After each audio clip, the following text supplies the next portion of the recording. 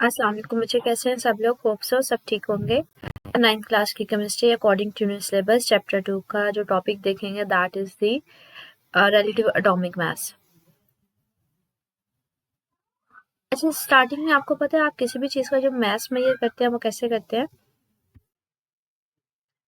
आप यूजुअली इस तरह से वेट्स मेजर करते हैं कि एक साइड पे आपने वेट रखा होता है और दूसरी चीज़ जिसको आप मेजर करना चाह रहे होते हो। ये यूजुअली हम लोग 1 kg 2 kg, और जब ये दोनों ये नीचे आ जाता है, दोनों बैलेंस आउट हो जाते हैं, तो हम किसी भी चीज़ को मेजर करते हैं।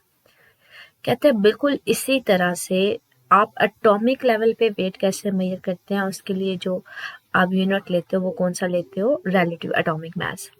वहाँ पे तो हम लोग वेट्स ले रहे होते हैं ना, 1 kg 2 kg और सो ऑन। कहते हैं ever since the existence of atom, जैसे ही जब से हमारे पास एटम ये पता चला कि जो एग्जिस्ट कर रहा है, एटम एग्जिस्ट करता है, तो जो केमिस्ट थे उनका भी ये था, कोशिश थी कि वो कोई ऐसा मेथड फाइंड आउट करें जिसके थ्रू वो क्या कर सके, कंपेयर करवा सकते हैं एटम के डिफरेंट मैसेज को, जिससे उनको एटम्स के मैसेज का पता चल सके। अच्छा, डिफरेंट एटम्स और उनके मैस कितने, कंपैरिजन करके। कहते हैं ये ज़रूरी था, क्यों? क्योंकि अगर उनको एटम्स के मैसेज का नहीं पता चलेगा तो वो किस तरह से डिफरेंट रिएक्शंस कैरी करवाने के लिए मिक्स करेंगे डिफरेंट रिएक्टेंट्स के मैसेज को। उनको पता ही नहीं चलेगा कि हम कौन सा रिएक्टेंट कितनी मिकदार उसकी ले रहे हैं, उसका कितना मैस ले रहे हैं। तो मतलब उनको कोई ना कोई यूनिट चाहिए था एटम्स के मैसेज को मेजर करने के लिए। कहते हैं 1961 में केमिस्ट ने एक आइडिया इंट्रोड्यूस करवाया, उन्होंने एक नया स्केल इंट्रोड्यूस करवाया, that was the relative mass of atoms. ठीक है, या इसको रिलेटिव एटॉमिक मास यूनिट भी बोलते हैं। कहते हैं हमारे पास जो यूनिवर्स में सबसे ज्यादा मिकदार में पाया जाता है ना, वो पाया जाता है कार्बन 12। तो उन्होंने क्या किया, कार्बन 12 को एज अ रेफरेंस लिया। कार्बन 12 क्या है बच्चे? कार्बन जिसका जो मास नंबर है वो 12 है, मतलब उसमें 12 पार्टिकल्स होते हैं, 6 प्रोटॉन्स होते हैं, 6 न्यूट्रॉन्स होते हैं। और एक एटॉमिक मास यूनिट किसके इक्वल है? 1/12 पार्ट ऑफ कार्बन के 12 के इक्वल है। मतलब कि एक जो हमारे पास है ना, कार्बन 12 का एक यूनिट, एक पार्टिकल, उसके मास के इक्वल है। ठीक है, कहते हैं एग्जैक्टली जो हमारे पास mass of one atom of carbon on this scale is exactly 12। क्यों? क्योंकि बच्चे उसमें 12 पार्टिकल्स है, तो फिर कार्बन 12 का मास भी कितना होगा? 12 ही होगा। एक पार्टिकल का यूनिट जो होगा, मास जो होगा, वो होगा atomic mass unit, relative atomic mass unit. तो इसको 1/12 पार्ट कहते हैं, क्योंकि कार्बन 12 में कितने होते हैं? 12 होते हैं। तो 12वां हिस्सा जो होगा ना, मतलब एक पार्टिकल जो होगा, उसके मास के इक्वल मास को कहते हैं। कहते हैं आप जो दूसरे एटम्स के मैसेज हैं उसको कैसे मेजर कर सकते हैं? इस यूनिट के साथ रिलेट करवा के।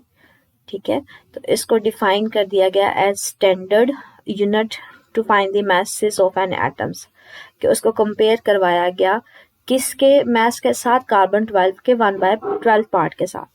क्यों? क्योंकि उन्होंने कार्बन 12 को एज अ स्टैंडर्ड यूनिट ले लिया। ठीक है, कहते हैं जो हमारे पास एटॉमिक लेवल पे यूनिट्स सॉरी मैसेज होते हैं, उसको किस में रिप्रेजेंट करते हैं? एटॉमिक मास यूनिट में। ठीक, क्योंकि एटम का साइज बहुत छोटा होता है, तो इसमें हम केजी वगैरह इस्तेमाल करना प्रेफरेबल नहीं होता। तो अब बेसिकली है क्या एटॉमिक मास यूनिट? ये उसकी डेफिनेशन है, it is the 1/12 part of the mass of an atom of the carbon 12। कि कार्बन 12 का मतलब है कार्बन जिसका मास नंबर कितना है? 12।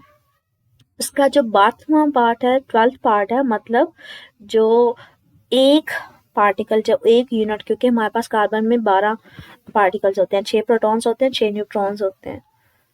उनमें जो एक यूनिट का मास होगा उसके इक्वल जो मास होता है उसको नाम देते हैं एटॉमिक मास यूनिट। कहते हैं आपके पास प्रोटॉन्स न्यूट्रॉन्स का हम लोग यूजुअली अभी तक जो मास पढ़ते आ रहे थे वो केजी में पढ़ते आ रहे थे। कहते हैं एक एटॉमिक मास यूनिट जो है ना, अगर वो देखें तो इतने केजी के इक्वल होता है, 1.63377 मल्टीप्लाई 10⁻27।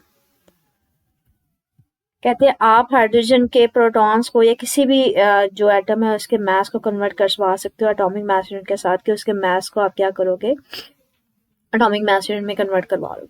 फॉर एग्जांपल हमें प्रोटॉन, हाइड्रोजन में क्या होता है? एक प्रोटॉन ही होता है ना, उसका मास हमें केजी में पता है, उसको डिवाइड कर देंगे 1 के साथ, तो हमारे पास ये वैल्यू आ जाएगी 1.007 एटॉमिक मास यूनिट। मतलब जो प्रोटॉन का मास है ना उसको इस वैल्यू के साथ डिवाइड कर देंगे तो आपके पास एटॉमिक मास यूनिट में वैल्यू आ जाएगी। सिमिलरली सल्फर है 32, उसके मास को भी जो वैल्यू है हमारे पास उसको आप एटॉमिक मास यूनिट में कन्वर्ट करवा सकते हैं। कहते हैं कि हमारे पास रिलेटिव एटॉमिक मास अगर निकालना हो आइसोटोपिक अबंडेंस की, कहते हैं हमारे पास जो कोई भी एलिमेंट है हमें पता है कि उसके डिफरेंट आइसोटोप्स एग्जिस्ट करते हैं। किसी के आइसोटोप्स ज़्यादा होते हैं, किसी के कम होते हैं, सो जैसे हमें पता है हाइड्रोजन के 3 आइसोटोप्स होते हैं, कार्बन के 3 होते हैं। तो डिफरेंट आइसोटोप्स हर एलिमेंट के एग्जिस्ट करते हैं और हर आइसोटोप की अपनी अबंडेंस होती है। कोई आइसोटोप नेचर में ज़्यादा पाया जाता है, कोई कम पाया जाता है। ठीक है, तो ये जो अबंडेंस है, ये जो कुछ ज़्यादा पाया जा रहा होता है, कोई कम पाया जा रहा होता है, इसको नाम देते हैं आइसोटोपिक अबंडेंस का। तो ये हमारे पास आइसोटोपिक अबंडेंस क्या होती है कि कितनी मिकदार में कोई आइसोटोप जो है वो नेचर में एग्जिस्ट कर रहा है। जैसे हमारे पास कार्बन है, उसके 3 आइसोटोप्स हैं, 12, 13, 14, लेकिन जो सबसे ज़्यादा पाया जाता है नेचर में वो 12 पाया जाता है, कार्बन 12 पाया जाता है। कहते हैं रिलेटिव एटॉमिक मास जो है ना एलिमेंट का, वो कैलकुलेट किया जा सकता है रिलेटिव एटॉमिक आइसोटोपिक मासेस से भी और उनके अबंडेंस से भी। जैसे कहते हैं जो एलिमेंट क्रिप्टॉन है, इसके 5 आइसोटोप्स है। ठीक है, उनके जो एटॉमिक मैसेज और उनके अबंडेंस वो यहाँ पे गिवन है कि उनका एटॉमिक मैसेज जो है वो कितने हैं, आइसोटोपिक मास सॉरी रिलेटिव 80 है, 82, 83 एंड सो ऑन। और इनके अबंडेंस भी बताई जा रही है कि जो 80 आइसोटोपिक मास है उसकी 2% जो वो नेचर में पाया जाता है, 82 12% पाया जाता है, 83 वो भी 12% पाया जाता है, 84 57 और 85 17%। तो बेसिकली किया गया है कि मतलब उनके पहले मास नंबर को रिलेटिव आइसोटोपिक मास में कन्वर्ट कर पाया गया है। बेसिकली वही चीज़ होती है। ठीक है, और साथ में बताया जा रहा है कि उनकी आइसोटोपिक अबंडेंस कितनी है। हाँ, आइसोटोप की अबंडेंस कम ज़्यादा है, ठीक है, किसी की ज़्यादा है किसी की कम है। तो ये जस्ट एक एग्जांपल है कि हाँ आइसोटोप्स की अबंडेंस कम ज़्यादा हो सकती है, इसको आइसोटोपिक अबंडेंस कहते हैं कि वो नेचर में पाया कितना जाता है। ठीक है, इससे रिलेटेड स्टिल मुझे कुछ पूछना हो तो मेरे से कमेंट सेक्शन में पूछ लीजिएगा। ओके, अल्लाह हाफिज़।